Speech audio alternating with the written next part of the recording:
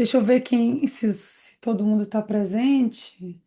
Eu vi que o Bruno tá, André, Bernardo, botando o Bruno Lobo e o Márcio. Márcio tá aí também, tô vendo.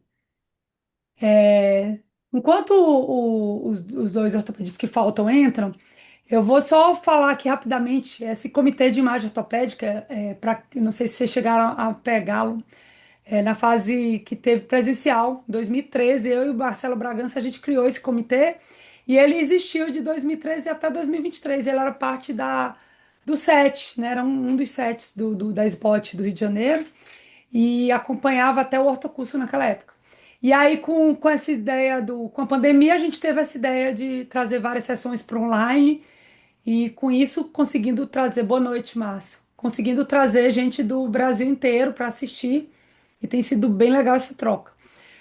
Para quem não chegou a participar dessas sessões que a gente faz, são muito práticas, são muito imagem prática.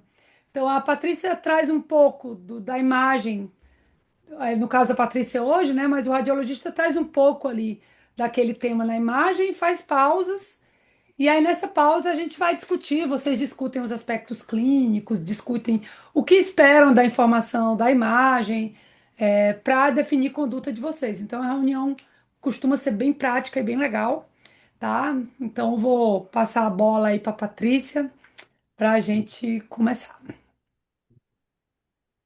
Bom, então, pessoal, boa noite. Para quem não me conhece, eu sou a Patrícia Martins e a gente vai falar hoje sobre instabilidade do cotovelo. E aí eu dividi, assim, né, eu vou passar, né, a visão, assim, do radiologista, justamente para a gente aproveitar essa troca e perguntar, né, algumas coisas para os ortopedistas, verem também qual é a visão deles, o que é o importante, como é que eles lidam, né, com determinadas situações. Porque para o radiologista, eu até fiz um post essa semana, né, no Instagram, que o laudo de cotovelo pro radiologista é 1880. Ou ele acha que é um laudo super tranquilo, que é o laudo da epicondilite, ou ele acha que é um pavor, todos têm pavor, que é quando é o trauma, que tem a fratura. Então, o cotovelo, ele fica nesses extremos. E eu acho que um dos objetivos, né, para mim, quando eu pensei assim, o que eu ia discutir nesse assunto, né, porque é um assunto muito extenso, foi justamente, eu acho que a gente quebrar um pouco esse pensamento, porque cada vez mais se vê que essa questão da epicondilite não é tão simplista, como muitas vezes o radiologista acha que é só descrever o tendão, né, foca muito no tendão, né, no caso da epicondilite medial lateral, foca nos flexores ou nos extensores, e não muitas vezes não valoriza determinados achados. Então, ela não é tão um exame tão simples assim. E, ao mesmo tempo, tirar um pouco, né, esse pavor, porque eu acho que muito do pavor do trauma, né, da fratura da luxação do cotovelo, é não saber o que é importante, assim, não saber qual é a expectativa, né, do ortopedista. Então, a ideia vai ser dividir mais ou menos a, a instabilidade do cotovelo partindo do princípio que a instabilidade do cotovelo, ela tem três formas, né, assim, três formas de apresentação. É aquela instabilidade mais de causa óssea, né, que é aquele paciente que realmente teve o trauma, teve a fratura, luxou o cotovelo. Tem a instabilidade por questão cápsula ligamentar, que tanto pode ser decorrente de um trauma, como pode ser também por estresse crônico e tendinha, né? Por quê? Os estabilizadores, eles se subdividem, né, nos estáticos primários, né, que são as estruturas ósseas, os estáticos secundários, que são os ligamentos e a cápsula, e os dinâmicos, que são os tendões. Então, na verdade, existe um certo overlap aí nas instabilidades decorrentes da luxação aguda e também da instabilidade crônica, né? Então, a gente até vai focar mais, que eu acho que é o que o pessoal tem bastante dúvida, na parte da estabilidade crônica e do desmaio, que ainda é uma coisa meio nebulosa, mas eu acho que não tem como a gente falar da estabilidade sem falar um pouco do trauma. Então, eu vou falar primeiro, mostrar nesse início, assim, poucos casos e discutir um pouco a questão do trauma, só para a gente ver um pouco das fraturas, mas acho que o principal vai ser a instabilidade de crônica. Então, o mecanismo de trauma do cotovelo, né, o que é o mais comum que a gente vê no dia a dia quando o paciente faz o exame? No caso da traumática, seria a luxação posterolateral rotatória, que o mecanismo assim mais comum é a queda, né, com o braço estendido, quando o paciente apoia a mão, então você tem uma força axial, né, que empurra o rádio e a una em direção ao úmero. Muitas vezes, assim, né, o mecanismo, né, mais que a gente vê mais frequente, que a gente vê os esquemas associados à supinação com o estresse em valgo. Então, vamos ver aqui quais são os acontecimentos, né? Você tem a flexão do cotovelo, que é muito pelo braço, né, que fica em abdução e rotação externa. A flexão do cotovelo ela pode acontecer até depois do impacto inicial, né, à medida que o corpo continua a se mover.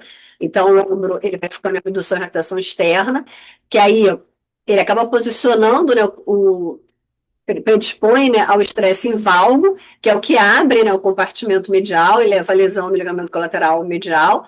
Tem também a supinação do antebraço, e esse conjunto aqui, né, junto com o valgo, com essa carga axial, leva à lesão, né, dos ligamentos do compartimento lateral, principalmente o ligamento colateral lateral ulnar. E o rádio e a una, eles acabam girando para fora e para trás, por isso que tem esse nome da luxação posterolateral rotatória, porque é um mecanismo complexo. E aí, o pior, né, que tanto é conhecido como tríade terrível, é quando o paciente tem a luxação do cotovelo, a fratura, né, na cabeça do rádio, a fratura do processo coronoide. Então, a gente tem, basicamente, quando a gente, né, que é radiologista, a gente recebe esses dois tipos de paciente. O paciente que veio do trauma, que é a queda com a mão estendida, um golpe, acidente automobilístico, né, tem muito acidente com moto, que o paciente vai fazer, muitas vezes, até a tomografia. E o paciente relacionado ao esporte, que tem estabilidade crônica, que ele muitas vezes vem no pedido como epicondilite. A gente vê, geralmente, a epicondilite mais lateral, né? Nesse caso, o principal seria o extensor radial curto do carpo, que a gente vai ver depois porque ele que é o principal aqui, mas seriam esses dois perfis de paciente. Então, a gente vai começar agora nesse início falando um pouquinho do trauma, mas antes, eu queria só lembrar, né, que a gente não deve esquecer de fazer o básico bem feito. Então, eu ia colocar aqui algumas coisas práticas em relação aos exames, né, da técnica do exame de TC e ressonância. Então, o primeiro é que o ideal é o paciente fazer o exame em extensão. Esse é o ideal. Mas no contexto do trauma, geralmente isso não é possível. Então, o que a gente preconiza é fazer ou extensão ou inflexão de 90 graus. Para a gente, o pior cenário é você fazer no meio do caminho, né? Fazer um 45 graus, porque aí você não fica nem com coronal, nem com sagital. Então, isso é que seria o ideal. Como geralmente o paciente está imobilizado em 90 graus, facilita, mas caso ele não esteja imobilizado, ele só não consegue esticar, aí a gente pede para ele ficar em 90 graus. E também caprichar no 3D, né, assim, os ortopedistas que eu tenho contato assim mais próximos, eles sempre pedem, né, quando tem fratura, que é interessante a gente fazer o 3D, né, do cotovelo, mas também isolar os ossos, que isso o ortopedista facilita muito, porque você tem muita sobreposição, né? Então, e hoje em dia, a gente tem recurso, né, nos aparelhos, que isso faz até de uma forma automática, né? Então, antigamente você tinha que desenhar tudo, ficava às vezes difícil tirar aqui, mas agora tem os softwares até melhores em tomógrafos mais modernos, que para o técnico não é tão complicado. Então, no caso do trauma, é interessante a gente fazer o paciente na posição melhor, né, que é ou extensão ou flexão de 90, não desmerecer o 3D, né? Porque o radiologista, ele muitas vezes não faz muita questão no 3D, mas para o ortopedista é importante, é legal tirar e isolar o osso fraturado. E também a gente saber que existem alguns critérios práticos, né? Que me perguntam muito assim, não, como é que a gente avalia a congruência? Existem algumas questões na congruência, porque o posicionamento pode alterar a congruência, mas de maneira geral tem umas regrinhas práticas, assim, para a gente ter valores objetivos, né? Então, o que é descrito? Isso está até lá no site também, para quem quiser olhar, então não precisa decorar. Aqui seria o rádio, né? Em número, de uma maneira geral, se você imagina que o capítulo no perfil, né? Que então você pode fazer isso no raio-x em perfil ou no seu estado de tomografia e ressonância. No paciente em extensão, o centro, né? Você imaginando que o capítulo é um círculo, o centro desse círculo, ele mais ou menos está alinhado com o centro aqui da diáfise do rádio do centro da articulação. Então, isso aqui a gente costuma ver esse alinhamento tanto com o paciente em extensão quanto o paciente na flexão de 90 graus. Então, quando a gente tem a incongruência, geralmente é o rádio, né, que se desloca para trás, né, posterior. Tanto que o ortopedista uma vez falou para mim, que eu não esqueci mais, né, que para lembrar do DDD, né, que é o distal que dá o desvio. Não sei se vocês usam esse DDD, do distal dá o desvio, porque muitas vezes a pessoa fica perguntando, é o úmero que vai para frente, é o rádio que vai para trás, né, então por convenção a gente chama o distal, né, que vai posterior, então aí você tem essa distância. Então, o que é aceitável é uma distância de até 1,2 milímetros. Então, então, claro que a gente tem que ver sempre o contexto, né? Porque tem essa questão de posicionamento e tal, mas de uma maneira geral, fica realmente alinhadinho. Então, se você viu uma distância maior que 1,2 no contexto de trauma, no contexto de lesão ligamentar e tal, a gente já tem que começar a partir daí a valorizar. Em relação à congruência da UNA, uma regra é que você não vê, se você fizer essa medida aqui, né? Isso é de osso com osso, a gente ignora aqui cartilagem. A distância osso-osso, né, no transversal, ela não tem muita diferença, assim, entre esses 4 pontos. A distância aceitável geralmente costuma ser menor que 0,7. Então, quando você tem uma distância aqui maior que 1 milímetro, você começa também a suspeitar de ter uma incongruência. Então, na estabilidade do cotovelo, a gente tem que seguir a técnica, né, saber os critérios da avaliação da congruência e ver o que importa em cada fratura, né, descrever a combinação, o acometimento articular, se tem fragmento. Então, era isso que a gente ia discutir agora, começando aqui com o primeiro caso, né, que é um caso que eu já coloquei um caso bastante alterado, né, um paciente com a tríade terrível, teve acidente de moto. Então, aqui no raio-x, a gente já viu aqui o raio-x inicial, né, o paciente no raio-x a gente já viu que ele teve luxação, teve fratura aqui, né, com os fragmentos. Aí ele depois fez o exame imobilizado, então por isso que muitas vezes os pacientes fazem a tomografia, né, para justamente identificar melhor. Nem sempre a gente vê o paciente na luxação, né, porque muitas vezes reduziu e a gente vai fazer o exame depois, né. Então, nesse caso, ele tinha tanto a fratura na cabeça do rádio, que a cabeça do rádio estava destacada, tinha a fratura também do processo coronoide, era uma fratura. Coronoide, Oi? cabeça do rádio coronoide, É, a cabeça do rádio, do capítulo também. coronoide. Capítulo também tem aqui, senhor. Tem alguém Tá me falando? ouvindo? Sou eu. É que eu estava ouvindo bem baixinho. Tá me ouvindo? Que maravilha.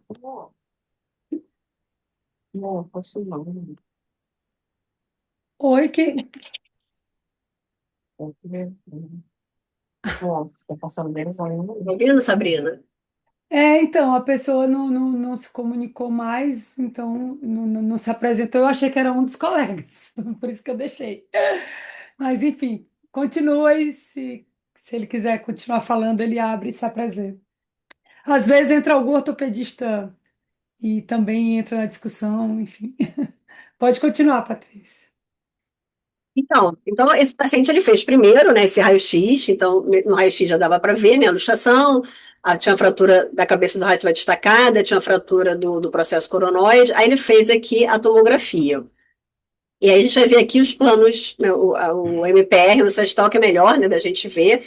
Então aqui é o número distal, a gente já vê aqui, né, posterior, isso aqui que a gente até fala que a gente tem que pensar mais ou menos como se fosse o raciocínio da lesão de Hill-Sachs, né? Porque você tem uma luxação, essa porção posterior do úmero, ela acaba indo para frente, né? E arrancando aqui, bate tanto no rádio, né? Como arranca também o processo coronoide da unha. Então a gente vê isso aqui que é um sinalizador, né? De luxação. Aqui a gente já vê aqui o fragmento. Aqui, né? O fragmento que foi destacado, tá vendo aqui, ó, que você tem esse deslocamento com arrancamento aqui do processo coronoide, a gente vê aqui que também tem corpo livre, quando a gente vai passando aqui para o rádio, a gente vê que a cabeça também veio para cá, quer dizer, uma fratura, e que a gente vê aqui, né,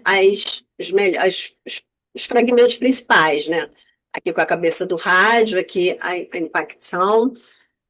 E o que a gente vê assim, muito nos esquemas é esse esquema aqui da classificação da fratura do processo coronoide. Mas depois, assim, né, vendo na prática com os ortopedistas, eles dão mais valor para a classificação do O'Driscoll por conta desse fragmento aqui anteromedial.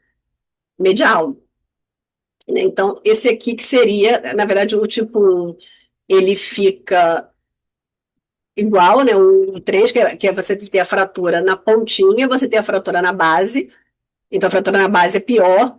Mas, ao invés de ele colocar aquele tipo 2, que é o do meio dos 50%, ele coloca justamente o fragmento anteromedial, que é onde insere o ligamento colateral lateral, o ligamento colateral medial. Então, eu queria agora abrir, né, para os colegas, para eles darem aqui para a gente assim, uma ideia do que realmente nesse tipo, né, de fratura que a gente vê assim mais grave, o que realmente para vocês a imagem ajuda? Porque no grosso você já sabe que o paciente luxou, já sabe mais ou menos as fraturas, o trauma se repete, né, os mesmos mecanismos, né? Então, o que é a imagem assim para vocês no laudo? O que faz assim mais diferença nesse tipo de exame? O da tríade terrível, né, que seria o pior, né? Oi, Patrícia, tudo bom? Então vou só dar minha opinião aqui. Eu acho que é isso, acho que você falou bem. Eu acho que uma coisa legal, pelo menos pra gente, é o cotovelo ir reduzido para vocês, né? Eu acho que ajuda até o entendimento, né? Nesse caso ele tá subluxado, né? Mas um caso de tríade terrível, que a gente busca, pelo menos eu busco muito olhar, pensando em programar o tratamento cirúrgico, né? É avaliar a comunição da cabeça do rádio, né? É um fator importante para a gente pensar se a gente vai precisar fazer uma síntese, se vai fazer uma prótese, e justamente aquela avaliação da lesão do processo coronoide, né? Se é uma lesão da ponta, se ele inclui o tubérculo sublime, né, onde fica inserido o ligamento, porque isso também pode mudar nossa abordagem, né? Se a gente vai precisar fazer um novo acesso na cirurgia, se a gente vai fixar o processo coronoide, ou se muitas vezes, se for um fragmento da ponta, a gente meio que quase que ignora ele do ponto de vista cirúrgico, entendeu? Então acho que, pelo menos na tríade terrível, é entender muito como é que funciona a cabeça do rádio e como é o acometimento do processo coronoide, entendeu? Não sei se o pessoal concorda aí, o Bruno. Cara, boa noite. Boa noite, Sabrina. Boa noite, Patrícia, aos amigos também. Concordo perfeitamente com o que o Bernardo colocou. Uma das coisas que eu vejo, assim, foi até nas radiografias iniciais que a Patrícia apresentou, eu vejo uma dificuldade muito grande de fazer uma técnica adequada das radiografias, principalmente a radiografia inicial, antes de uma tentativa de redução, né? Se você observar ali, parece que o número fica meio que enviesado na diagonal e o antebraço realmente no perfil. Então, assim, eu ainda gosto muito dos exames de imagem das antigas mesmo, do raio-x, de você fazer uma imagem bacana, que isso serve de forma didática para a gente ensinar para residente. Então, assim, eu faço questão que os residentes lá no serviço façam um raio-x de uma forma decente. Nem que ele eleve o braço do paciente e fique segurando. Eu sei que vai incomodar, vai doer. Entendeu? Mas eu acho que uma radiografia muito bem feita já te ajuda bastante. Você já vai também para a tomografia de uma forma muito mais segura do que você já vai observar dos comentários que o Bernardo fez. Então, a única coisa que eu falaria era que a gente teria que ter um cuidado melhor na realização das tomografias, principalmente no perfil, né, que é o que dá para a gente melhorar. É, porque, porque esse é um desafio, né? A gente conseguir a radiografia realmente no perfil adequado, ainda mais no paciente do trauma, né? O paciente eletivo hoje em dia já está difícil, no paciente com dor, né? A técnica é difícil, né? E outra dificuldade também que a gente tem, eu sempre falo também, né, com os colegas de tomografia, é também ter as reconstruções nos planos adequados, né? Fazer também uma reconstrução curva adequada, porque muitas vezes o técnico ele coloca o coronal, o sagital, o transversal, que assim, nos aparelhos de tomografia tem um bonequinho, né, mostrando o coronal, o sagital e o transversal. Só que o bonequinho é da pessoa na posição anatômica, então não é no plano do cotovelo ou no plano da articulação. O bonequinho vai fazer uma reconstrução reta, que geralmente vai ficar tudo torto para o cotovelo. Então eu sempre falo que nem sempre, para o ortopedista, é fácil ele pegar a imagem bruta, ficar reconstruindo, assim, ele já recebe um sagital bom, um coronal bom no plano, que já facilita muito a vida dele. E como a gente acaba analisando, a gente fazendo MPR, muitas vezes a gente não repara no que é entregue, né, para o ortopedista. Eu acho Sim. importante falar isso. É, eu É tenho muita uma dificuldade, Patrícia. uma radiografia bem feita, sem dúvida, é melhor do que uma tomografia nos cortes totalmente Mal aleatórios. feito. Teu pai já encheu Mal muito o feito. nosso saco na residência médica, então eu sei por conta disso, né? Sim. Eu falo isso, Patrícia, porque assim, na grande maioria das vezes, essas tomografias, às vezes, quando são feitas e não tem a participação de profissionais adequados da radiologia na liberação desses exames, na maioria das vezes só vê um corte axial e com o antebraço numa posição, num plano e o húmero no outro. Então, sendo muito honesto, às vezes a tomografia não tem servido muito para a gente por conta da má técnica empregada pelo colega que está lá, né? Quando tem pessoas do gabarito que vocês mesmos já colocou aí com os critérios, aí sim a tomografia vale. Aí eu concordo com o André. Eu prefiro um raio-x, às vezes, muito mais bem feito do que uma tomografia que vai abrir um leque de qual eu não consigo entender basicamente nada. Então, acho que é bom, assim, né, ter essa visão, né, de vocês, porque às vezes a gente parece assim, né, que eu vivo sempre falando, né, eu falo até para a Sabrina, até eu brinco com a Sabrina, né, que eu tenho um movimento, hashtag eu não sou cri-cri, é o meu movimento, hashtag eu não sou cri-cri, porque a pessoa acha que às vezes acha que é, mas não, porque faz diferença, você tem um exame bem feito, você tem, eu fico ali, no, realmente no pé do técnico, no pé do hospital, não, vamos olhar meu pé, vamos olhar a tomografia, porque a tomografia, ela tá ficando às vezes meio de lado e é importante.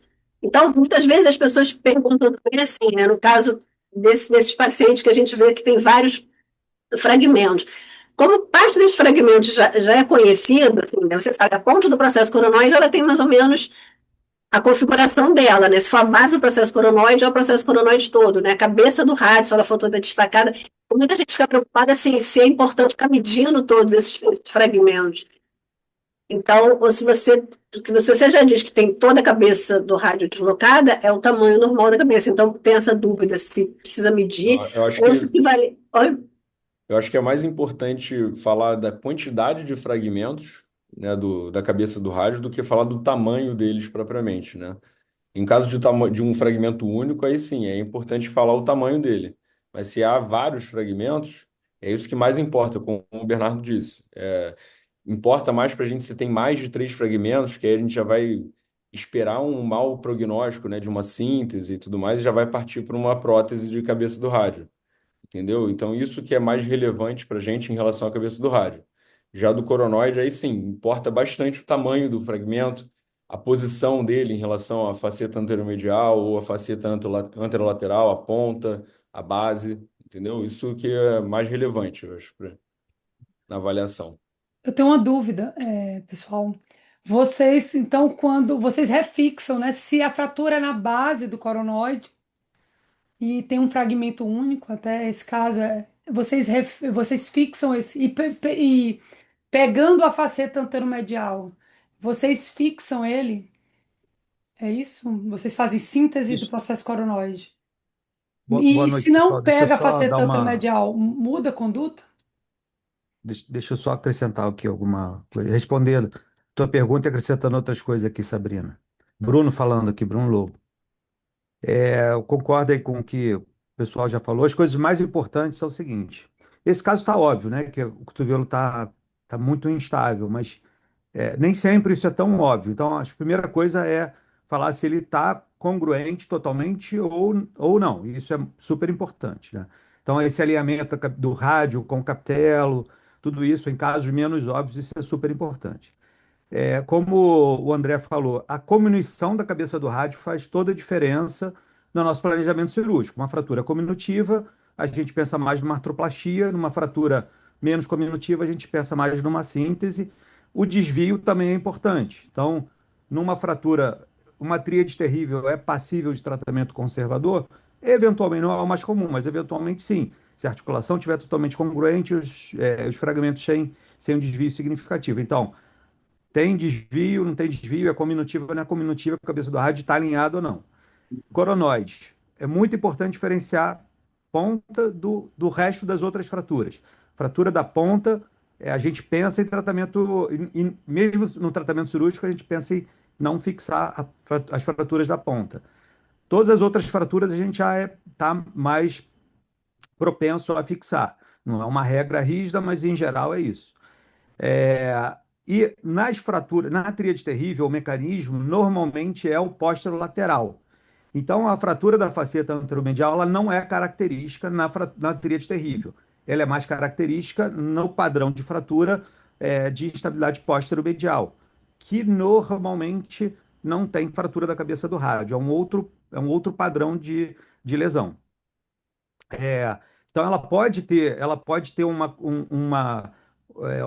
componente grande de coronoide, de base, mas normalmente a obliquidade dela não é para medial, é para lateral. Isso nos permite eventualmente tratar até algumas fraturas que não são da ponta, também sem fixação, porque a cabeça do rádio ela dá essa cobertura lateral também. Nas fraturas mediais, já é o contrário, a una tende a cair para medial. Então, mas não é o mais comum na tríade terrível, tá? Claro que existem situações é, de mecanismos complexos, mistos, né? Mas em geral é isso. E, e outra coisa muito importante é a cominuição do coronoide também, porque quando o coronoide está cominuto, mesmo que você precise restabelecer o coronoide, eventualmente você pode ter que pensar numa enxertia do coronoide. Então a gente fixa sempre que possível, mas às vezes, mesmo a fratura que você precisa restabelecer o coronoide, se ele está muito cominutivo, pode ser que não seja viável tecnicamente você fixar. E aí você pensa numa enxertia. Aí você tem algumas opções, a própria cabeça do rádio, da ponta do alecro, clavícula distal, tem outras, aí é uma outra discussão, mas basicamente são as coisas mais importantes para se comentar aí. E aí, essa, por exemplo, ter alguma alteração no número distal também é super importante, como já foi falado, de ter o afundamento na base, na parte posterior do capitelo, né, que seria semelhante à lesão de Hill-Sachs, ou se tiver alguma outra lesão associada. Alguma avulsão do epicôndilo. Eu acho que basicamente é isso. Não sei se eu respondi a tua pergunta aí, Sabrina. Respondeu sim, obrigada. Respondeu. E quando a cabeça do rádio, ela desloca toda, assim, ela sai inteira, ela tem salvação ou ela acaba podendo sofrer alguma necrose, porque perde vascularização? Vamos supor, uma fratura no colo, mas ela não se fragmentou a cabeça, ela só se teve uma Ela, fratura do colo e ela está desviada. ela tá diversa, a cabeça ela tá, às vezes a gente tem uns que o deslocamento é grande, né? A cabeça foi lá Não, para tudo lá. bem. Normalmente, nessas fraturas, a gente tende a fixar, é um tipo de fixação diferente, ou a gente precisa unir a cabeça do rádio à diáfise. Então, a gente usa, normalmente, nesse caso, uma placa. Existem alguns outros tipos de fixação também, que você faz, chama de tripé, que você passa um parafuso da cabeça para a diáfise. Aí tem mais de uma técnica, mas normalmente a gente fixa. Se tem risco de necrose, até tem, mas não é uma coisa que a gente vê com frequência, não. E o papel principal da cabeça do rádio é na estabilidade do cotovelo. Então, mesmo que eventualmente tenha uma necrose parcial, isso geralmente não é um problema. O problema maior é agudo, é o cotovelo ficar instável. E esse é o papel principal da cabeça do rádio, você restabelecer esse papel de manter a estabilidade do cotovelo.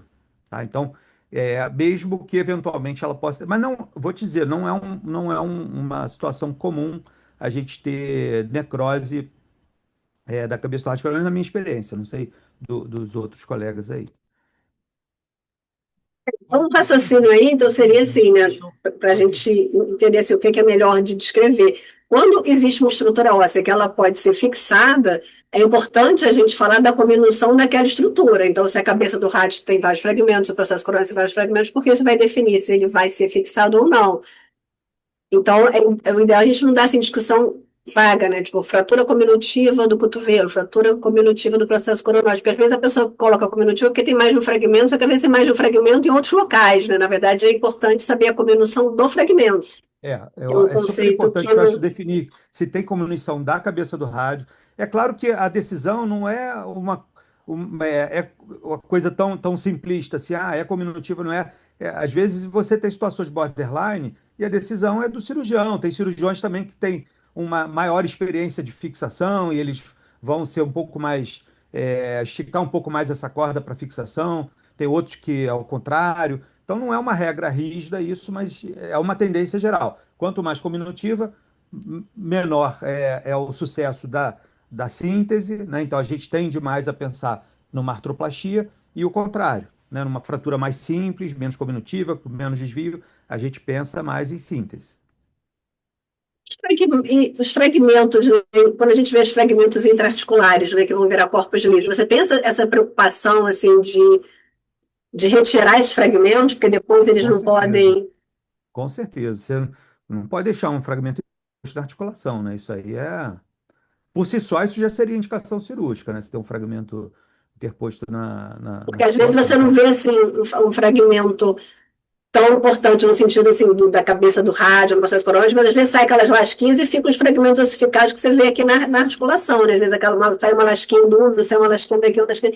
E a gente vê, acho que esses fragmentos também são importantes, né? De serem eu acho que descritos, tem que né? ser, acho que tem que ser descrito também. Se tem fragmento na articulação, eu acho que é importante escrever também. Que aí, às vezes, é a mais para o cirurgião se preocupar com isso, né? De ir lá e fazer essa limpeza da articulação. E Sabrina, quer falar alguma coisa assim nessas fraturas mais. Uma vez reduzindo uma tríade terrível, eu sempre me questionei porque a gente já sabe que lesou, que os ligamentos todos foram embora. Como que é o pós, né? Não imaginando uma fratura tão grande, como essa, ou é uma fratura fixável. Vocês já admitem que esse paciente vai evoluir para instabilidade pela lesão ligamentar, ou eles ficam bem? Eu sempre tive Ah, curiosidade de faz saber como parte da reduzir. cirurgia o reparo ligamentar. Então, se você vai abordar cirurgicamente, você vai fazer o reparo ligamentar, obrigatoriamente. No caso aí, É, posterolateral, você vai reparar Você normalmente, porque assim, o mecanismo posterolateral ele começa com a lesão do lateral, colateral ele no. vai progredindo para a cápsula e nas lesões mais graves ele termina medial. Uhum. Então, nas lesões mais graves, pode ser que você tenha também uma lesão completa ligamentar medial também, e, eventualmente, pode ser até que seja necessário fazer uma fixação medial. Não é o mais comum. O mais comum é que você, fixando lateral, consiga estabilizar o cotovelo, tá? Mas já tive situações que eu precisei, cotovelos muito instáveis, que eu precisei fazer fixação medial também.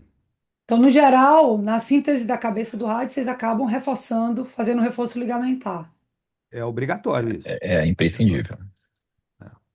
Excelente. A não ser que tenha um destacamento do tubérculo sublime, né? Porque aí, você fixando, você também já resolveu o Medial. colateral medial, né? Sim, sim. A síntese É, da cabeça do rádio numa tríade terrível, isso vocês estão falando, mas não numa fratura isolada simples da cabeça do rádio, né? Só para deixar claro a diferença.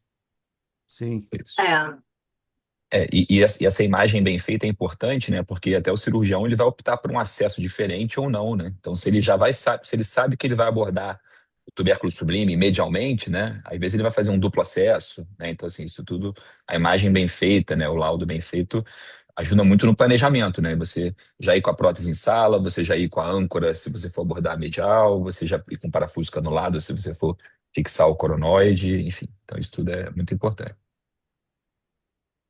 E aí eu trouxe esse outro caso aqui, né, de uma paciente com 42 anos, que ela tinha história de fratura, que já estava até, já era uma fratura impactada aqui no rádio, no pó do rádio, foi uma fratura que o tratamento foi conservador. Só que a gente, olhando aqui na parte da ulna, ela tinha esse fragmento aqui destacado, que era na inserção do ligamento colateral lateral ulnar, que é uma coisa assim difícil da gente ver, ficou esse fragmento aqui destacado. E aí eu trouxe esse caso também, mais assim, de curiosidade, para uma coisa que a gente vê com muita frequência, né? Vocês já viram esse tipo assim de situação? Isso aí seria, porque o ligamento colateral lateral ulnar, eu sei que eu aprendi até com o Bruno, né? Que ele sempre fala, não, o ligamento colateral lateral ulnar, que a gente quando começa a laudar cotovelo, o pessoal foca muito no colateral radial, né? O colateral lateral. E o lateral ulnar fica meio que esquecido, né? E eu lembro do Bruno falando, não, ele é super importante e tal. Aí a É o gente mais importante. ele é o mais importante. Aí a gente vê esse caso aqui, é um caso assim, de arquivo, que tinha esse fragmento aqui. E aí, o que vocês acham assim, desse tipo de situação? É curiosa, né? Então, Uma bem caprichosa. Eu me lembro de ter tido, sei lá, talvez uns 2 ou 3 casos, né, ao todo. Realmente, normalmente ele lesiona no úmero, no epicôndilo, ou com a avulsão do ligamento, ou eventualmente até uma avulsão óssea. Ele avulsionar na uhum. una é super raro. Eu tive, sei lá, uns 2 ou 3 casos. É super curioso. Assim, Bem raro, Bruno. E assim, eu entendo que por não ter um afastamento muito grande, a gente está lidando aí com consolidação óssea, né? Então, talvez até teria um bom prognóstico essa lesão. Concorda ou não? Você acha concordo. que Eu tentaria sim, porque com essa distância aí, se ele consolidar, eu acho que o prognóstico é bom, né? Pode até ser que não consolide, mas eu apostaria aí numa consolidação desse fragmento. Eu tenho um caso um pouco, assim, não é exatamente uma avulsão óssea, mas a paciente com pouquíssimos sinais clínicos de instabilidade, mas com uma sinovite de repetição, com dor posterolateral no cotovelo, ela sofreu um trauma por tração. E, e no início, a ressonância mostrava algum edema ósseo na inserção ulnar do colateral lateral ulnar, e com o tempo, ela desenvolveu um espessamento periosteal nessa região. Então, assim, é uma imagem que lembra bastante essa, só que essa tem uma avulsão de uma placa óssea mesmo. A dela não, ela ficou com uma área de espessamento ali e bem nítida, tanto na tomografia quanto na ressonância magnética. Então, e falharam todas as tentativas de tratamento conservador com ela. E só um E aí eu detalhe, acho que o nome dessa inserção é a crista do supinador. Então, acho que assim, a gente, para descrever, para não ter confusão, descrever como uma fratura ou uma avulsão na crista do supinador. É justamente a avulsão. é interessante você falar isso, porque eu acho até sempre, né, para quem está começando assim, a laudar a tomografia agora, né, a gente começa com aquela ideia que a tomografia é para ver o osso, né? A tomografia é para ver o osso. Só que a gente tem que lembrar, sempre quando a gente vê algum fragmento, tentar identificar se aquele fragmento é inserção de alguma coisa. Porque às vezes você pode ter uma ossificação nas partes moles, que não tem nada a ver com avulsão, com trauma, com nada, mas às vezes você pode ter uma avulsão de um tendão, de um ligamento. Então é importante a gente, mesmo na tomografia, né, você colocando na janela, você conhecendo a anatomia e olhando as partes, você consegue identificar, porque às vezes ficam umas imagens ossificadas assim, específicas, já nas partes moles, aqui, e às vezes diz, não, tem que olhar primeiro, né, esses reparos, né, como o Bruno falou, não é uma crista supinadora, é um tubérculo específico, sempre ficar atento a esses reparos anatômicos, né, como o tubérculo sublime da ulna, porque são locais que são marcos de inserção de estruturas muito importantes. Então, você dizer que tem uma ossificação nas partes moles é uma coisa, você dizer que tem destacamento de um tubérculo, ou de uma crista, ou do que seja, é diferente, porque você já está sinalizando que tem uma avulsão, né, de alguma estrutura. E aí, para a gente fechar essa parte do trauma, que é uma outra questão, é quando você tem um pós-operatório ou um paciente tem acompanhamento de tratamento conservador, né? Já é aquele exame assim um pouco mais tardio. E aí a gente, quando já está começando a consolidar, quando já tem a coisa já está meio que encaminhada, tem muita dúvida, assim, do que fala em relação a desvio, a inclinação. Então, esse caso aqui foi um caso que também gerou uma certa discussão, porque esse paciente tinha 27 anos, ele tinha uma fratura, que estava em tratamento conservador, então está naquele intermediário, ele ainda tinha um pouco de edema, ainda tinha derrame, aí já estava com alguns sinais, assim, de consolidação. E aí eu trouxe também para mostrar aqui nessa questão ligamentar, né, que ligamento é sempre um problema, porque ligamento você nem sempre você vai ver aquele ligamento normalzinho ou ligamento roto com a descontinuidade. Às vezes você vê o ligamento troncho, né? Porque você tem o tecido fibrocicatricial, tem sinove, tem isso tudo. Então, você já vê aqui que tem uma certa assimetria, e aqui no perfil, né, a gente vê aqui também que tem esse espessamento aqui, né, dessa irregularidade da cápsula, espessamento, a gente vê aqui que tem uma incongruência. Aqui é a fratura, né, do rádio. Ele também tinha aqui uma fraturinha no processo coronoide, né, da ponta, que tem aqui um pouquinho de edema, e ele fez a tomografia também. E aí, na tomografia, a gente vê aqui, né, onde é a parte articular da fratura, que meio que já está consolidando, e aí ficou-se nessa discussão. Isso aqui tem uma inclinação, isso aqui é significativo, então muitas vezes a pessoa fica numa sofrência com certos achados, assim, né? Quando você aquele fragmento, você tem a fratura aqui já está consolidando. Para vocês, isso aqui, qual é o significado, assim, de uma fratura É, que está consolidando assim? primeiro que eu não tenho costume, não sei se acho que o Márcio, né, o Bruno, tem de pedir uma ressonância de acompanhamento. Eu acho que acaba só gerando, se você não tem suspeita de uma instabilidade no Ansiedade, né? segundo momento, você gera uma ansiedade no paciente, né? Assim, a gente sabe que tem a lesão ligamentar, a gente sabe isso tudo faz parte da doença e acho que todo ver aquilo, ler aquilo, a cápsula talvez até atrapalhe. O desvio me parece assim, um desvio mínimo, ali não tem nem 1 milímetro. Então, assim, essa é uma fratura Pô, da cabeça mas do rádio. parece subluxada a cabeça do rádio, né? É, pode ser um pouquinho. Mas a Pareceu fratura em Não sei si. incongruente, se às assim, vezes né? pode estar subluxado até pelo derrame articular também, entendeu? Então, sim, teve um derrame articular por hemartrose, então isso aí realmente pode até dar uma modificada no posicionamento aí da cabeça do rádio e essa avaliação inicial até que a Patrícia comentou. Eu não me importaria com esse desvio nesse momento agora, não. Entendeu? Já O tem sinais desvio de da fratura consolidação. não me É. incomoda.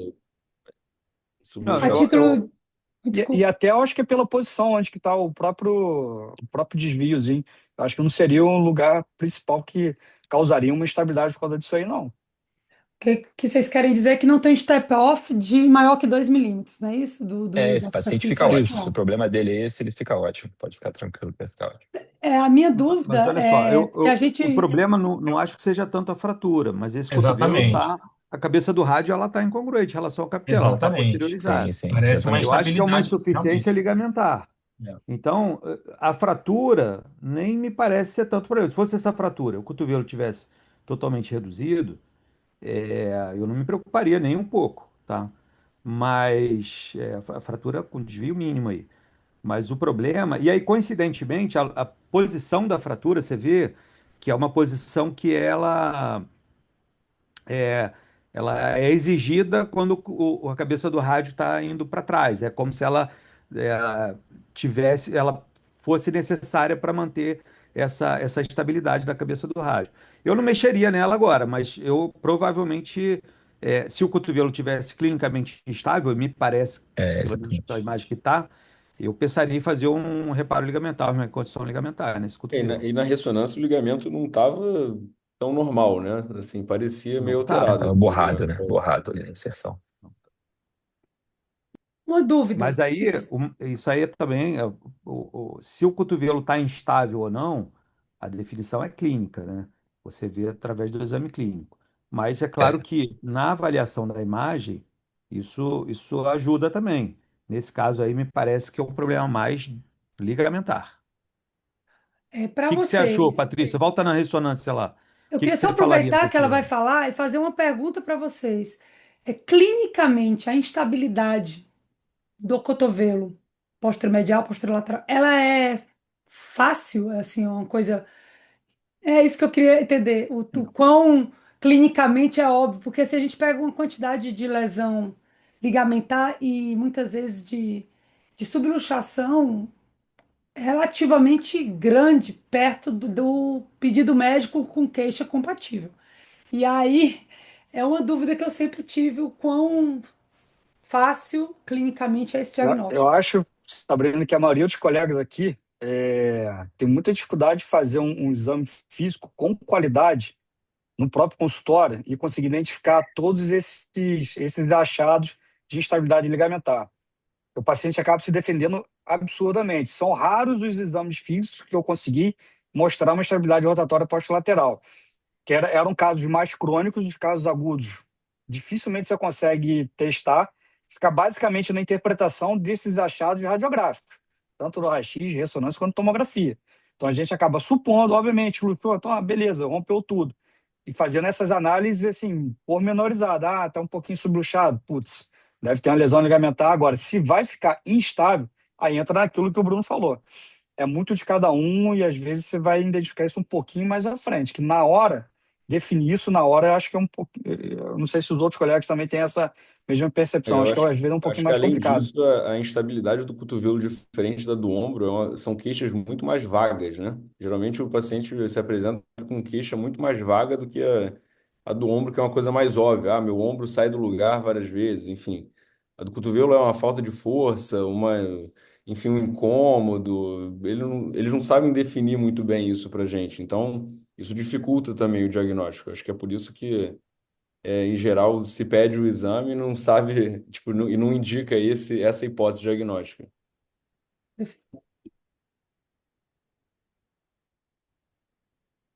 Então, porque uma coisa assim que eu assim, por ter, né, esse contato assim, né, com o pessoal lá no INTO, né, com o Bruno, com o Márcio e tal, pessoal, eu fui mudando um pouco a minha forma de laudar, porque a gente tem que ter também esse senso crítico, né? Então, eu até trouxe aqui para vocês, até para vocês também darem esse feedback. Eu acho que quando a gente começa a laudar esse tipo de exame, eu acho que o que assusta mais é o osso. Então, quando eu vejo, às vezes, que esse exame foi um exame que pediram para eu revisar, e o que eu percebo, assim, que acontece isso muito nos laudos. Às vezes, o radiologista se assusta muito com o osso, então, e pega pesado no osso. Então, nesse caso, por exemplo, se pegou mais pesado nesse osso, foi colocado que tinha uma fratura com deslocamento e rotação anterior do fragmento anterior, não sei o quê, que eu achei que se pegou pesado, por uma coisa que está conservadora, e se pega leve com ligamento. Às vezes bota discreto aumento do sinal, podendo representar estiramento. Esse paciente aqui, ele tá aqui, era da pontinha do processo coronoide, né? Que ele também estava nessa questão aqui começando a consolidar. E pega leve no ligamento, porque quando você tem tecido fibrocicatricial, parece que a pessoa não acredita que o ligamento possa estar roto, mas eu já faço o contrário, assim, eu tento a pegar um pouco mais pesado no ligamento, quanto que ele está irregular, que está heterogêneo, é, ou compatível com lesão, alguma coisa nesse sentido, porque exatamente por conta desses feedbacks que eu já tive assim com o Bruno, muitas vezes aquele osso não vai fazer nada. E aí você pega muito pesado, por exemplo, nesses casos, falar que o cotovelo está subluxado, eu também às vezes acho que assusta. Uma coisa é você pegar um trauma agudo, você vai falar, não, tem luxação, tem subluxação, mas nesse caso eu volto assim, tem incongruência articular, que o rádio está um pouco posterior ao centro do capítulo, porque às vezes, como ele falou, pode ser por causa do derrame, aí uma conduta conservadora parece, nossa, o ortopedista não fez nada com o meu cotovelo, ele está luxado, ele tá. Então eu tento, às vezes, não pegar muito pesado em certas, usar uns termos que não pesem tanto e pegar mais pesado com o ligamento, porque às vezes o ligamento é o que em algum momento pode precisar reparar. Se essa subluxação for realmente por instabilidade, o paciente tiver dor crônica, instabilidade, então não sei, vocês me corrijam aí, o que vocês acham assim dessa questão do que a gente pega pesado, o que a gente pega leve. Não, eu acho que é importante falar de tudo, mas nesse caso eu acho que falar que tem uma posteriorização da cabeça do rádio em relação ao capitelo é importante, porque na prática, vamos supor, se esse é isso para mim que define mais a conduta. Porque se o cotovelo está totalmente congruente, independente da lesão ligamentar, é super frequente. Por exemplo, o paciente luxou o cotovelo, em geral, vamos supor que ele não tenha fratura nenhuma. Você reduziu, o cotovelo está totalmente estável, congruente, ele em geral vai ter lesão ligamentar. Muito dificilmente o cotovelo vai luxar sem ter lesão ligamentar. Mas essa lesão ligamentar, você não necessariamente vai precisar reparar ela. Agora, se o cotovelo tiver com sinais ou clínicos ou radiológicos de incongruência, de instabilidade, é isso que vai te motivar a a indicar a cirurgia. Então, para mim, isso é o mais sinal de incongruência articular no cotovelo. É, eu acho que é super importante, tá? Porque assim, a lesão ligamentar é importante falar também, não estou dizendo para não falar, mas talvez para mim o que mais define a indicação cirúrgica ou não é se o cotovelo está ou não totalmente congruente. Ô, Esse é Bruno, o só uma principal. dúvida, até para perguntar da sua experiência. Esse caso aí, você atendeu ele agudamente, você está acompanhando, o paciente está ótimo. Você não fez no cenário agudo uma ressonância. Você pediria uma ressonância de rotina, assim, com 2 meses, assim, ou você não tem esse Não, hábito, o paciente está não. bem? Pois é, assim, essa que é a minha questão, Não, assim. justamente por É, isso, porque se o paciente ele está clinicamente super bem, ele está estável, clinicamente estável e tal, não vai ser a lesão ligamentar que vai sim, esse que é o ponto. É. me indicar que ele precisa ou não de um tratamento cirúrgico. Às vezes o É, paciente ele tem lesão ligamentar e ele evolui por compensações, seja por uma cicatrização do ligamento, por uma compensação é, da musculatura, né, de propriocepção. Tem pacientes que conseguem manter o cotovelo estável, apesar de ter tido a luxação e a lesão, e tem outros que não. São coisas que a gente nem consegue definir exatamente é, qual é esse conjunto, como é que, quem vai evoluir de que forma. É, mas, então, e daí assim, a importância, né, de falar dessa incongruência, essa incongruência posterior, porque apareceria na radiografia de acompanhamento, né, Patrícia, a pode gente pediria voltar a uma tomografia radiografia para rapidinho? acompanhar e já apareceria essa incongruência. E- não, eu acho que essa questão, talvez eu tenha me expressado mal, essa questão da incongruência é fundamental. Eu só quis dizer assim, que dependendo da situação, eu acho que o ortopedista vai entender se você bota que tem incongruência articular, que a cabeça do rádio está posterior ao centro, que eu falo assim, às vezes você, no pós-operatório, uma coisa meio borderline, você já sai botando direto subluxação, é que eu acho que é um termo que o leigo se assusta, é isso que eu quis dizer, entendeu? Eu acho que subluxação agora, se você fala em congruência na escola, a gente vai entender que a gente está falando sobre ilustração, mas eu estou falando para a pessoa leiga, às vezes isso gera uma questão, né? Porque o paciente às vezes leva um susto. Nossa, mas a gente já Olha não só, tratou, eu estou subindo o chassi, agora você bota em concorrência articular, que a cabeça está posterior, não sei o quê, o ortopedista entende e não gera, eu acho que, aí pânico. você tocou num hoje ponto o que eu mais. sensível. Pós-operatório é sempre uma questão É isso que eu ia falar. que é delicada, né? Porque por vários motivos, seja porque às vezes é difícil você avaliar uma estrutura no pós-operatório, com presença de implantes, etc. Na ressonância tem um hipersinal, seja porque você não sabe também a dificuldade que foi na cirurgia, às vezes aquilo ali pode não estar perfeito, mas foi o melhor possível para aquela situação, que era uma situação super grave. Então, acho que assim, essa questão de pós-operatório entender a situação, de repente até eu sei que é difícil falar com um ortopedista em todos os casos, mas em situações específicas, meio, de repente, entrar em contato com o ortopedista, tentar entender o contexto, porque realmente um pós-operatório é sempre um ponto mais sensível ali para você não correr o risco, você pode errar dos dois lados, né? Deixar de falar uma coisa importante que vai ser necessária para uma reabordagem, ou o contrário, às vezes você pegar pesado numa coisa que não vai ter solução e acabar criando um problema onde não existe, né? É, Então, e hoje, o paciente, eu não sei se o paciente ele pega o laudo e manda para o chat GPT, assim, com rotina quase, assim. O paciente ele bota no chat GPT e ele, então o laudo realmente tem que ter essa quase que parceria aí nesse aspecto. tem que ter um feeling, tem que ter um feeling. Não é uma É, coisa tão by the book, principalmente no pós-operatório. Eu acho que tem que ter um feeling ali de tentar entender o contexto da situação, né? Para E até botar evitar. uma pergunta aqui no chat, que eu acho interessante, então a gente já pediu, né, para voltar aqui na tomografia, que foi a pergunta é assim, né, que no laudo da TC se mediria o defeito articular e colocaria essa informação no laudo. Então, aqui, né, que a gente vê que tem acho que quer se referir a isso aqui, né? E aqui seria mais da tomografia. Eu acho que uma coisa que é importante falar, aí vocês podem me corrigir se for o caso, é principalmente se tem algum degrau, né? Eu acho que o degrau articular é uma coisa Sim, importante, né, da gente falar. sim, degrau é importante. É. Eu acho que pode descrever do jeito que, tem um gap, tem não sei o quê. A gente pode descrever tudo, mas independente de você descrever, se vamos supor que essa fratura tivesse consolidada nessa posição, mesmo que eu fosse abordar, eu provavelmente não mexeria nessa fratura, é um fragmento pequeno, entendeu? Você corre o risco também de tentar melhorar isso e acabar explodindo esse que fragmento, bonito. tá? Eu provavelmente não mexeria nele, não. Eu tô entendendo, Patrícia, seu ponto, assim, é que, na verdade, você está buscando entender e extrair da gente o que é importante o radiologista mencionar no laudo para ajudar o ortopedista na decisão, né, terapêutica. Eu acho que é por aí. E aí, o que está sendo dito é que, assim, mesmo que você descreva esse gap, esse mínimo desnível articular ali, se é que existe, eles certamente serão muito pequenos para justificar uma abordagem cirúrgica dessa fratura, né?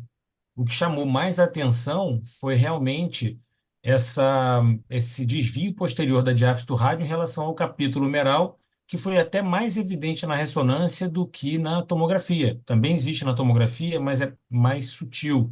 A ressonância foi ainda mais evidente. Por isso que eu E pedi talvez para a gente voltar, não, Márcio. e talvez a gente nem É, solicitasse a ressonância para esse é. paciente, evoluindo super bem, né? Por isso que eu pedi para voltar na tomografia, porque eu não consegui configurar muito bem essa luxação, subluxação posterior da cabeça do rádio na tomografia.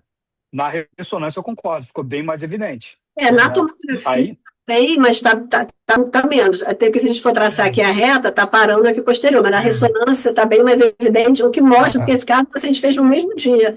Então mostra como a posição dá uma influenciada, porque a posição da tomografia foi diferente da posição da ressonância. E aí, apesar de toda a dificuldade da avaliação clínica desse paciente, dos achados que muitas vezes são inconstantes, sutis, assim, vale a pena, foi o que o Bruno falou e os outros colegas também já comentaram, tratar o paciente que tem manifestação clínica disso aí, né? Às vezes, realmente, às vezes a gente vê e a Sabrina comentou também, uma subluxação, um desvio posterior do rádio de certa forma até grosseiro, você fica preocupado, mas o paciente está bem, fazendo apoio palmar, assim, sem queixa, todos os testes de exame físico negativos. Então, isso pode acontecer também, né? Assim, assim, a gente tem que estar atento para os dois lados, né? Não tratar só o exame de imagem, apesar do exame de imagem ser muito, muito útil nos casos em que a clínica não está ajudando muito. Isso aqui, na verdade, a gente interpretou que isso aqui é a extensão articular da fratura, né? Porque se for seguir, você vê que o mouse aqui tá meio se a gente for ver, seguir, né? Ele está aqui, está seguindo, isso aqui é o traço de fratura que está andando, né? Porque foi uma fratura articular. E parece que foi uma fratura da marginal por cisalhamento, né? Provavelmente essa margem anterior da cabeça do rádio bateu ali no capítulo humeral e é uma fratura que tem características de fratura por cisalhamento. É uma fratura que, na verdade, foi assim, só que aqui já está Exatamente. consolidando, então ainda está consolidando, então a gente está vendo. Então, eu não acho que isso aqui seja uma questão assim, como se fosse um buraco na cartilagem. Acho que é a extensão articular da fratura que juntou aqui embaixo e continuou com afastamento aqui em cima. Então, a gente colocou como fratura articular e sem desnível. A gente não falou que tem um defeito articular. Eu acho que a gente colocou dessa forma. Porque que perguntaram assim como é que foi colocado no laudo, mas foi isso, foi a fratura articular que estava consolidada aqui nessa porção aqui mais inferior e que não tinha degrau articular significativo e que tinha incongruência com a cabeça, com o rádio posterior ao centro do capítulo. Foi colocado dessa forma e foi colocado como alteração do ligamento. Então, passa agora aqui, que o pessoal está ansioso, que muita gente perguntou, vai falar do SMAI? Vai falar do SMAI? Eu falei, não, vamos falar do SMAI. A gente falou agora dessa questão, né, da instabilidade do trauma.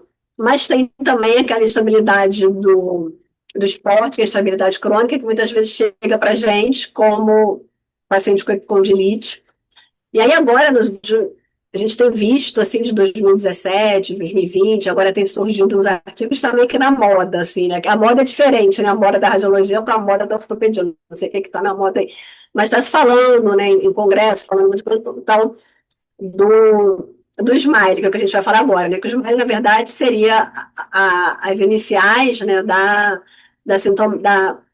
sintomática, né, estabilidade lateral do cotovelo, né, que seria uma insuficiência ligamentar funcional que permite uma subluxação rotatória sutil. Então, o que tem... Qual seria assim, a premissa dessa definição? Né? É que, ao invés de uma condição puramente extraarticular, que seria a questão do tendão, né, porque o tendão é extra-articular. Então, em vez da condição puramente extra-articular decorrente da tendinopatia, tá se vendo que, na verdade, existem alterações intra-articulares relacionadas à instabilidade crônica pelos microtraumatismos de repetição, né, pelo estresse. Então, você teria alterações intra-articulares, né, que seria sinovite, né, condropatia do capítulo, que agora tem até a sigla, né, o CLEC lesion, pode ser na cabeça do rádio, na tróclea, geralmente ali mais ali na parte lateral, e lesões capsulares. Então, o que esses artigos, né, pelo menos eu vi os artigos radiológicos falando do esforço repetitivo que levaria a insuficiência dos ligamentos laterais com incongruência articular, aí isso geraria um atrito, uma sobrecarga intraarticular que levaria a lesões condrais e sinovite, que leva à manutenção da dor. E aí surgiu, como a gente está vendo isso mais em artigo europeu, tanto na revista no European Journal, né, de Radiologia, e também num grupo italiano que tem publicado muito isso, eles estão fazendo, porque na Europa é muito difícil se conseguir ressonância. Assim, do nosso meio é uma distorção, né, porque é mais fácil conseguir uma ressonância do que um raio-x. Mas em outros países, não, é mais difícil você conseguir ressonância. Então, eles extraem muita coisa do ultrassom, muita coisa da tomografia. Nesse caso, a gente viu trabalhos com artro-TC, que é uma coisa que a gente praticamente não faz assim aqui muito. E aí eles fizeram até um índice, né, esse índice aqui dessa instabilidade, só que foi um índice por artrografia por tomografia, né, que eles colocaram uma pontuação, né, você ganharia os pontos, né, se tivesse alteração da cartilagem do rádio, capítulo tróclea, se tem frouxidão do ligamento anular, se tem espessamento sinovial, se tem assimetria articular, se tem lesão capsular. E aí, se você soma muitos pontos, né, mais 4 pontos, você tem suspeita dessa instabilidade. Então, nesse artigo, por exemplo, ele mostra, né, uma progressão, né, desses trabalhos, foi o papel do ligamento anular. Né, esse artigo foi até mais recente, que é desse grupo italiano, que fala justamente que o ligamento anular teria um papel também, né, nessa manutenção. Inclusive, só que os trabalhos são em artro-TC, eu não vi muito trabalho em ressonância, em que eles falam até isso, que é aquele sinal, né, do polar, né, que é perdido, né, que eles veem que o normal seria isso aqui, você vê que a articulação, o líquido intraarticular, ele pararia aqui, e quando você tem essa frouxidão, essa alteração do ligamento anular, você tem essa exposição, então o contraste, né, ou o líquido articular, ele viria mais para cá. E aí eles preconizam até esse tratamento aqui, porque acontece isso, como ligamento anular, como se ele descesse, né? Ele saísse aqui, né, da frente, né, do rádio, e aí teria, assim, esse reparo. E nesse artigo, também, desses arianos falando sobre esses achados, né, intraarticulares, né, do Smile, que o estresse repetitivo, que às vezes até em atividades corriqueiras, né, do dia a dia, ele até fala, se você colocar, né, um líquido num copo, esse estresse com impronação e varo, ele é como se ele alongasse aqui, né, faz esse estresse repetitivo aqui. Também o extensor, por isso que o extensor, né, que eu falei antes, o extensor radial curto do carpo, que ele é um estabilizador contra a pronação, e aí ele já propõe aí que eles põem aquela dúvida do ovo da galinha, né? O pessoal fala, o Ismael é o ovo da galinha.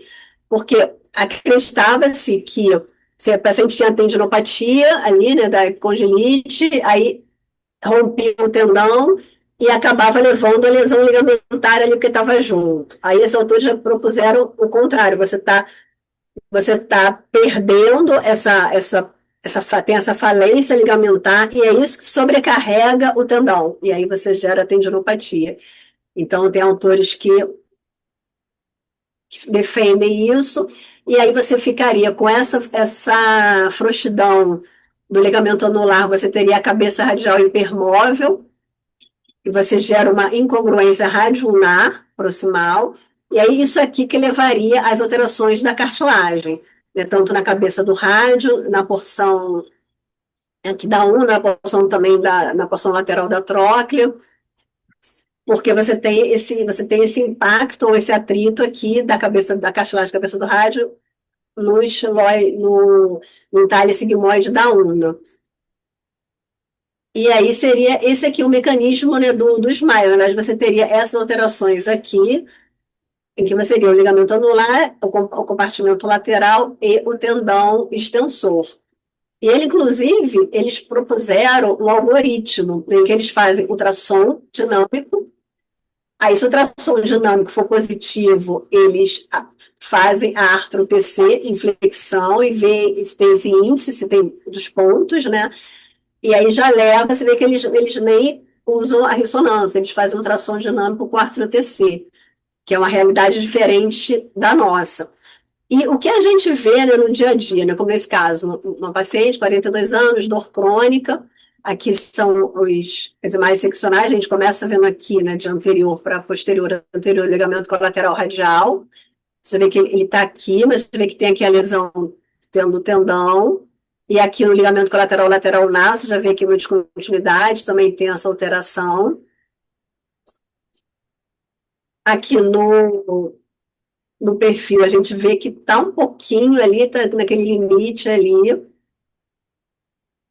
Tem aqui a alteração do tendão, né, junto com o colateral lateral ulnar, mas o ligamento anular, a gente dificilmente vê, né, alteração na ressonância. Às vezes você fica na dúvida se um sinalzinho um pouquinho alto, mas não é muito que a gente consegue ver. Aí eu queria ver agora de vocês, como é que está aí com vocês essa situação aí do SMILE? Isso, eu queria aproveitar. Assim, eu tive a oportunidade, eu fiquei 3 semanas lá em Milão, justamente com a Rigoni, que é o de que descreveu o Smile em 2017, e é o ator principal aí a maioria desses trabalhos que você relatou, né? E eu acompanhei justamente esse fluxograma, como é que funciona lá. Realmente, lá é arto-TC, ponto, tá? A ressonância é um exame de exceção, tá? Então, assim, eles fazem arto-TC em todo mundo, e essa questão de você avaliar o anular é o mais difícil disparado, tá? Tanto que eu, em alguns casos aqui no Rio, eu pedi uma artrorressonância de cotovelo, acho que até o Eduardo Brown, que faz ali no Leblon, que acabou fazendo e realmente ajudou, entendeu? Então, assim, o que ele viu, a descrição toda do artigo, ela é baseada na artroscopia do cotovelo. Aí da artroscopia do cotovelo, dos achados intraarticulares, né, que ele criou essa teoria, que ele está tentando puxar para a imagem. Então, realmente, o loose collar sign, né, que é essa frouxidão da anular, é muito fácil de ver na artroscopia. Na imagem, ele até mostra, assim, querendo na minha frente, mostrando assim, ó, aqui dá para ver. Só que, assim, sinceramente, não dá tanto para ver, não é tão fácil ver, não. Entendeu? Então, assim, o que ele propõe, na verdade, assim, é justamente isso. Dor lateral no cotovelo, hoje em dia, no senso comum, é quase sinônimo de epicondilite. E ele, assim, não é bem assim, né? Então, é uma doença que seria subdiagnosticada, que é essa estabilidade menor ali, lateral, relacionada a estresse. Tem muito atleta, muito jogador de tênis, enfim, que ele atende lá. E ele usa, sim, esses parâmetros da artrotomografia.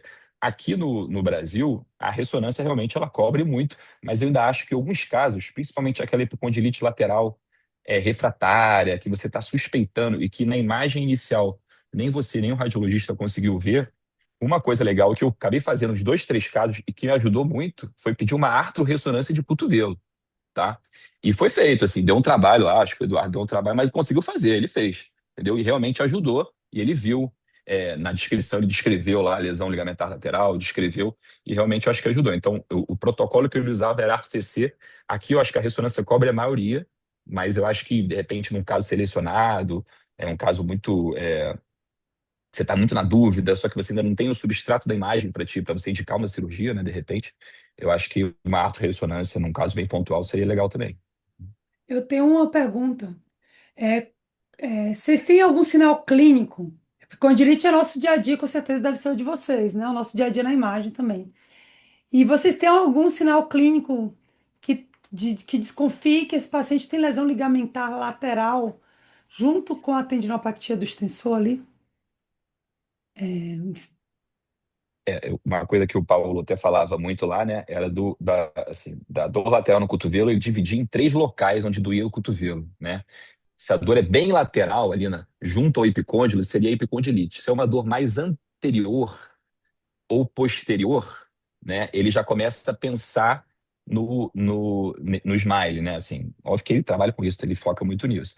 É uma coisa que a gente vê muito, até o Bruno me ensinou isso lá na residência, é que tem muitos casos de epicondilite que são muito infiltrados e desenvolvem uma instabilidade, entendeu? Por conta do corticoide. Então, assim, talvez uma epicondilite inicial simples, por conta de infiltração repetida ou inadvertida, desenvolve. Mas, assim, o que eu vi lá na Itália era realmente isso, que a localização da dor era, para ele, um sinal clínico, né? Não tinha uma instabilidade, uma manobra, entendeu? Não era tão grosseiro que nem a lateral. Era uma coisa bem de quase que um feeling ali com relação à localização da dor, associado hoje a esse protocolo, né? Que esses sinais mais específicos que ele busca, que talvez, se você não busca, você não acha, né? Então, talvez o pessoal nem descrevia porque não sabia o que que era.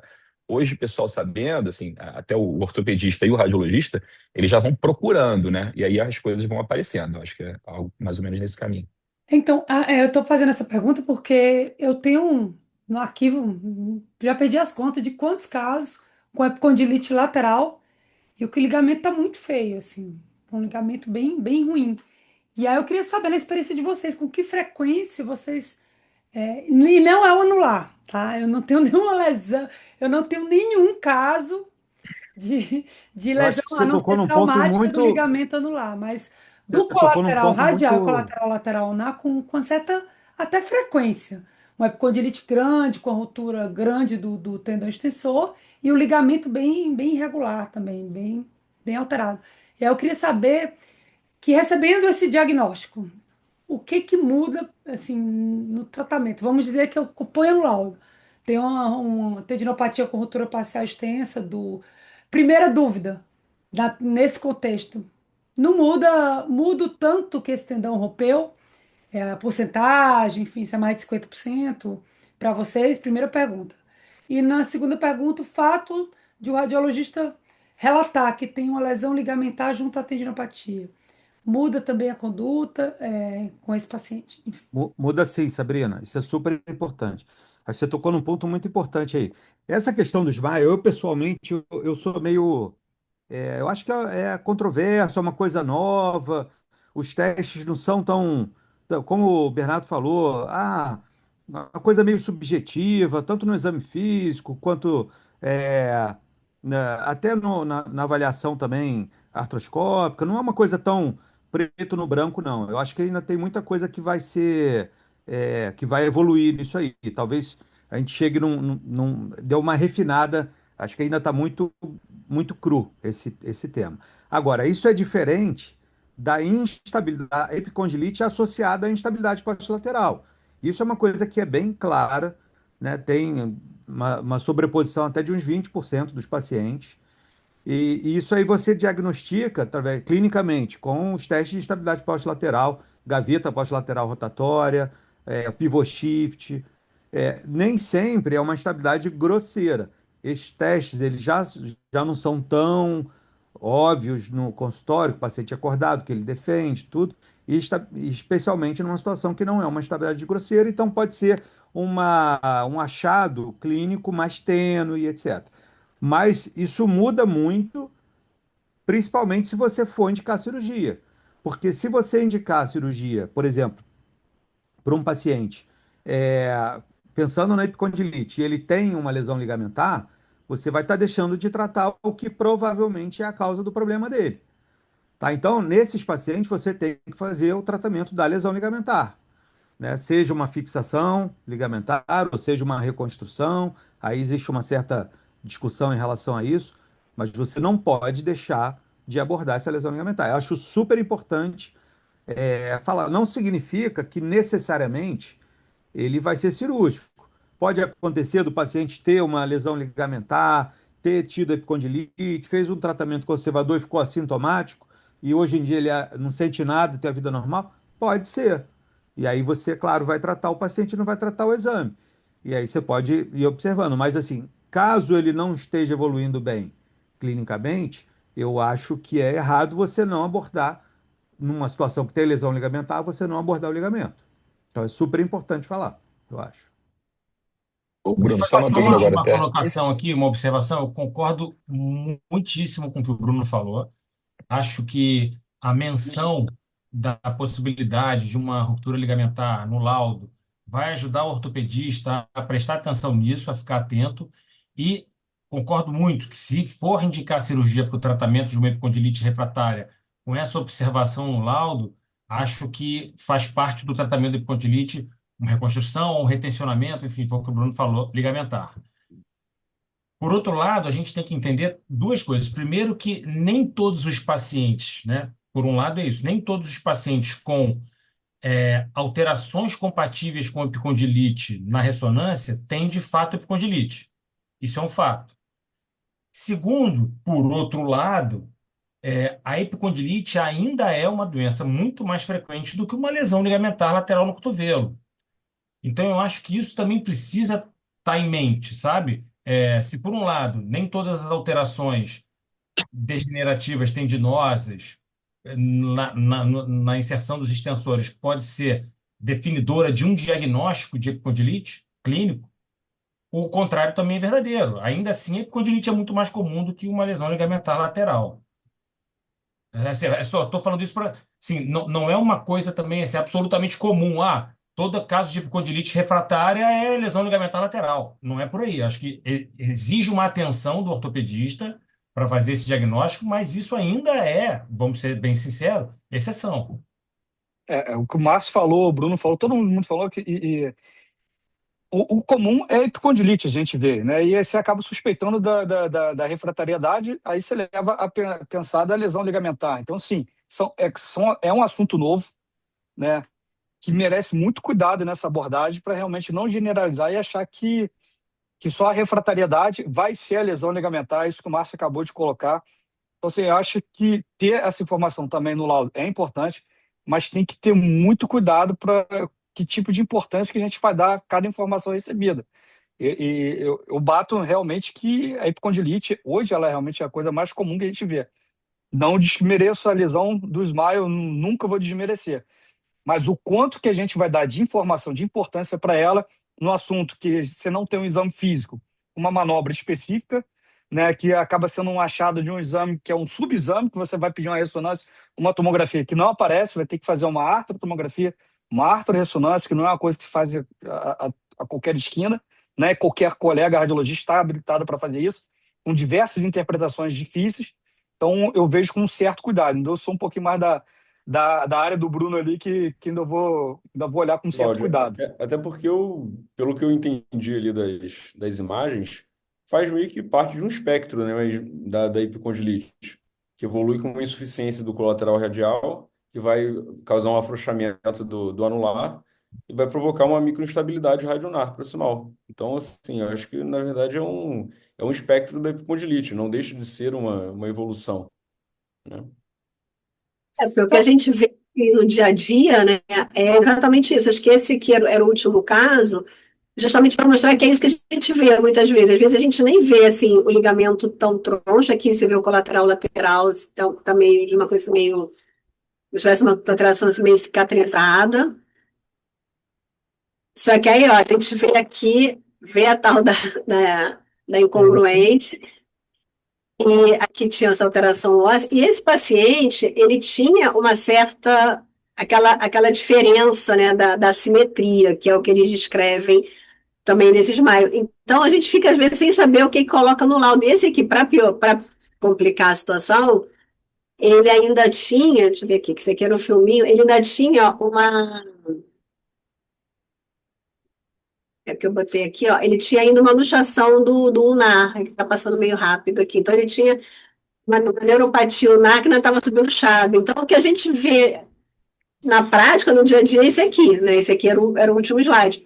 Justamente porque às vezes a gente fica sem saber, faz parte do espectro como o Bruno falou, é uma epicondilite que lesou o ligamento e ele ficou incongruente, ele ainda, assim, ainda essa questão da neurite, os casos do dia a dia são complexos.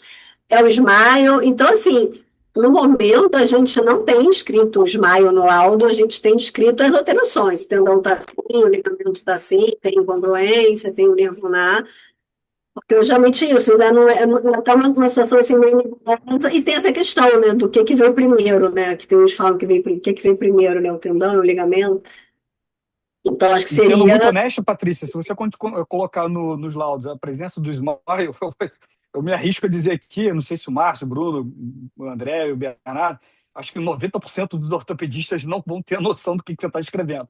Isso é um detalhe muito do subespecialista da área mesmo de ombro e cotovelo, que a maioria não vai saber absolutamente nada do que você está falando, de um assunto extremamente novo, né? Ainda tem isso, né? Ainda tem isso que dependendo, o colega não vai saber. Então a gente não tem, assim, pelo menos no nosso grupo, assim, eu não tenho recomendado colocar o esmaio no laudo, mas eu acho importante saber e descrever o que tem, né? O que tem aí. Tem incongruência, tem alteração ligamentar, quando tem a lesão tendínea. Esse caso aí especial, eu tenho até uma pergunta para vocês. O que eu vejo, não estou vendo o exame inteiro, mas ele tem espessamento do colateral radial e do colateral ulnar também. Então teve ou uma lesão ou uma sobrecarga desse ligamento aí que espessou. E ele tem sinais, né, de incongruência, e aí a gente usa o termo incongruência radionar, né, que a gente vê do capítulo, radiomeral, desculpa, que a gente vê do capítulo com a tróclea, e uno-humeral também, que a gente vê naquela medida que ela mostrou da simetria ali na região posterior ali do olecano.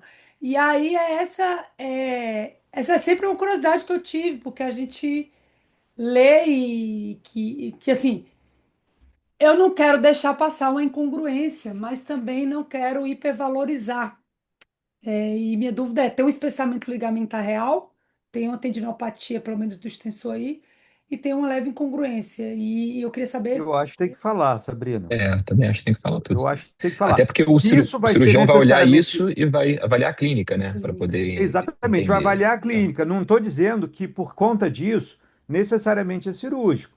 Claro que a gente vai avaliar o paciente. Se o paciente estiver ótimo, de repente ele está compensando isso com outros mecanismos dinâmicos, etc. Mas o ponto é que do ponto de vista radiológico, ele tem sinais de instabilidade. Eu acho que não pode deixar Falar. de descrever isso. Só mais uma dúvida ainda, fugindo só um pouco mais no tema. O que que define vocês levar um epicondilite para cirurgia? É a espessura da ruptura, como é no supra, por exemplo, no ombro. Isso Não, influencia tem a nada a decisão ver cirúrgica com. ou é É, mais clínica? nada a Não, ver. na verdade é o tempo. É o Para mim tempo é de clínico, evolução. clínica e tempo, isso. O fato de Então, ter uma Para porque mim é ruptura tempo e clínica. extensa não muda para vocês a decisão, então. Às não vezes muda, não. esse dói menos do que uma tendinopatia, dependendo. Entendeu? Então, Não E não é, é não mas a cirúrgico, é, não é igual o refratariedade. supra, né? A Que vai intensidade e a definir. não é refratariedade igual do ao quadro supra. clínico. É Ela não isso. é uma lesão que ela causa déficit funcional por si só. Se a gente cansa de ver pacientes que têm lesão e são completamente normais, assintomáticos. Muitas vezes é isso que o Bernardo falou. Às vezes o paciente até ele estava com aquele tendão tensionado, doendo, e aí a hora que rompe, melhora os sintomas, ou não, mas é uma possibilidade. Existe até tratamento que é você fazer a tenotomia Romper. percutânea do tendão. Então, assim, a presença da lesão em si, ela não indica a cirurgia, ela não indica prognóstico, nem o tamanho da lesão. É importante falar, eu acho. Eu acho que é importante falar, descrever, não estou dizendo para ignorar, não. Mas não é isso que define a conduta. A conduta o paciente já tentou vários tipos de tratamento, tá? Há um tempo. Claro que isso é um pouco individual, quanto que você insiste no conservador ou não, vai depender muito do paciente. Tem paciente que pô, não quer esperar mais do que 6 meses. Tem paciente que fica 2, 3 anos com epicondilite e vai levando. É muito individual isso, mas de uma maneira geral, é a falha do tratamento conservador que indica o tratamento cirúrgico. Mas, Bruno, há de concordar que na presença de um laudo em que você encontra lá rotura completa do tendão, e isso gera uma ansiedade para o paciente. Fala, doutor, rompeu tudo, eu vou ter que operar. Isso eu acho que gera muito questionamento para a gente a Não nível de gera, consultório. assim, eu explico bem para o paciente, não costuma ser um problema para mim, né? Muito pelo, assim, os pacientes adoram quando eu falo que não é necessariamente cirúrgico. É, sim, não me lembro de ter nenhum caso, não, doutor, mas eu quero ter ruptura, eu quero operar, não sei o quê. Então, não costuma ser um problema. Eu acho que é importante até para você é, avaliar, assim, eu acho que é o contrário. Eu acho que o paciente, muitas vezes, ele tende a minimizar o problema. Ele está ali, não melhora clinicamente, faz de tudo, etc. Eu acho que a hora que ele se convence ali que tem alguma coisa mais séria no cotovelo, ele fica até um pouco mais tranquilo de aceitar um tratamento cirúrgico. Então, o contrário não costuma ser um problema, né? Então, assim, eu acho que não tem que inventar nada, nem que sim, nem que não. Tem que descrever o que tem. Tem cultura, escreve o que tem. Não tem, não tem. Pronto, acho que o que você vai fazer com aquela descrição, acho que é individual, mas eu acho que tem que descrever o que tem. E se o ligamento está borrado, fala que está borrado, porque vai até acender na Isso cabeça sim, do é cirurgião, fundamental. do ortopedista ali, será que tem uma lesão ligamentar que talvez ele não estivesse nem pensando? De repente ele já muda um pouco, enfim, já, né? Excelente. Eu acho que isso é mais importante do que a lesão tendinosa em si. Dizer se tem lesão ligamentar. Porque isso sim muda, não, talvez não a indicação da cirurgia, mas a técnica que você vai utilizar. Acho que essa que era, acho que a mensagem principal, né? Esse que era o último slide, né? Até avisar o pessoal que a gente depois vai ter, né, no YouTube, essa sessão fica gravada lá no canal das bots, nos nossos também. E eu acho que a mensagem que eu acho que ficou bem clara aqui foi exatamente isso, né? Que a gente não deve banalizar, né, a hipocondilite nem se assustar muito com a fratura, né? Eu acho que a gente tem que realmente olhar o cotovelo como um todo, né? Olhar a simetria articular, olhar a incongruência, olhar o ligamento, olhar a lesão da cartilagem, né? Que eu acho que não é um hábito, até porque nem sempre, às vezes, o exame do cotovelo fica com a qualidade boa, porque é um local ruim de posicionar, mas também a gente prestar atenção, né, em lesão condral, né? Isso Sim. aí, Patrícia. E, pessoal, eu queria Certeza. agradecer. Muito bom. Eu adoro essas discussões com o SBOT, que dá uma visão mais prática para a gente, laudar. Eu acho que isso é muito importante aí. Essa troca aí. Eu até brinco com ortopedista. Se eu fosse ortopedista, eu queria um radiologista para chamar de meu. O Bruno, eu troco muita ideia com o Márcio. Porque aí você pode. Tem mesmo, tem, tá aqui, vou te mandar um vídeo. Tem lesão, sim. Aí você olha a clínica aí para definir conduta. Então, muito obrigada, foi muito boa a discussão, tá? Brigadão aí. Patrícia, e aí, alguma coisa a mais? Vamos dispensar eles aí 1h30. Obrigada, gente. Eu vou Bem no encerrar Maravilha. tempo. aqui. Obrigado aí pela Valeu, Obrigado, disponibilidade. pessoal. obrigado. Boa Um noite aí. Boa abraço, boa noite, um noite. Boa abraço. noite, Boa noite. boa noite. Tchau, Tchau, tchau. tchau.